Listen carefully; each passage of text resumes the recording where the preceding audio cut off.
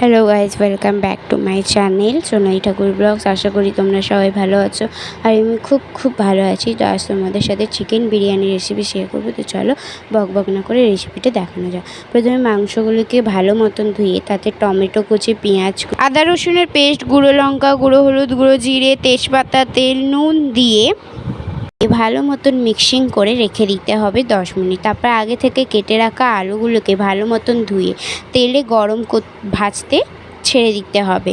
যতক্ষণ আলুটা ভাজা হোক ততক্ষণ আমরা ভাতের জন্য জলটাকে ফুটিয়ে তার মধ্যে একটু সাদা তেল, দারচিনি, লবঙ্গ, এলাচ দিয়ে তারপর যে আলুগুলোকে তেলে ভাজার জন্য দিয়েছিলাম সেই আলুগুলোকে ভালো মতন ভেজে তুলে নেব।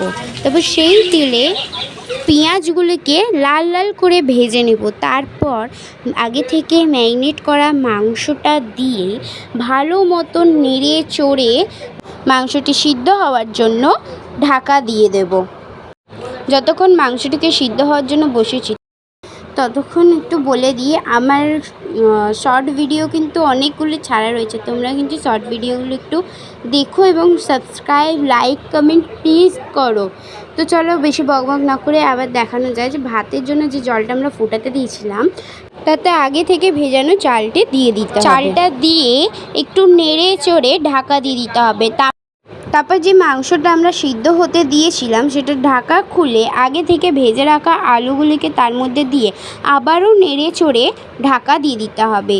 তারপর যে ভাতটা আমরা বসিয়েছিলাম সেটা একটু নেড়ে চড়ে আবারও ঢাকা দিয়ে দেব।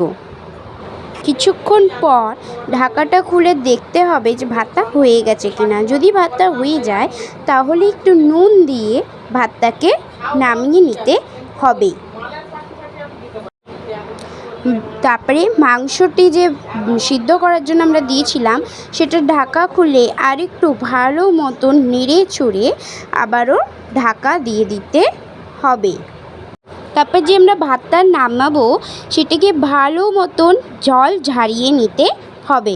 তারপর 5 মিনিট পর মাংসটির ঢাকা খুলে মাংসটির মধ্যে একটু বিরিয়ানির মশলা দিয়ে দেবে যাতে গন্ধটা খুব সুন্দর ওঠে বিরিয়ানির মশলাটা দিলে।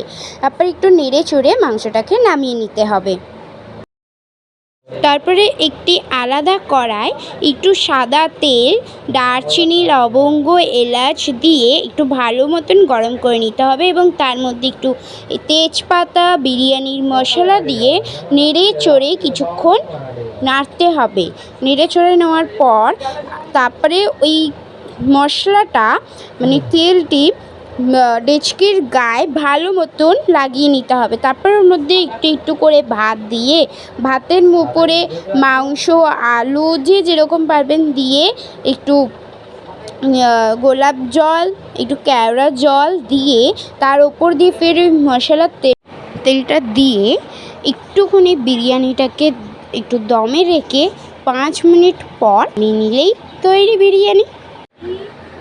সত্যি বলতে বিরিয়ানিটি খেতে অসাধারণ হয়েছিল। আপনারাও একবার বাড়িতে ট্রাই করে দেখবেন। আর হ্যাঁ, যেতে যেতে ভুলবেন না ভিডিওটি কেমন লাগলো। Thanks for watching.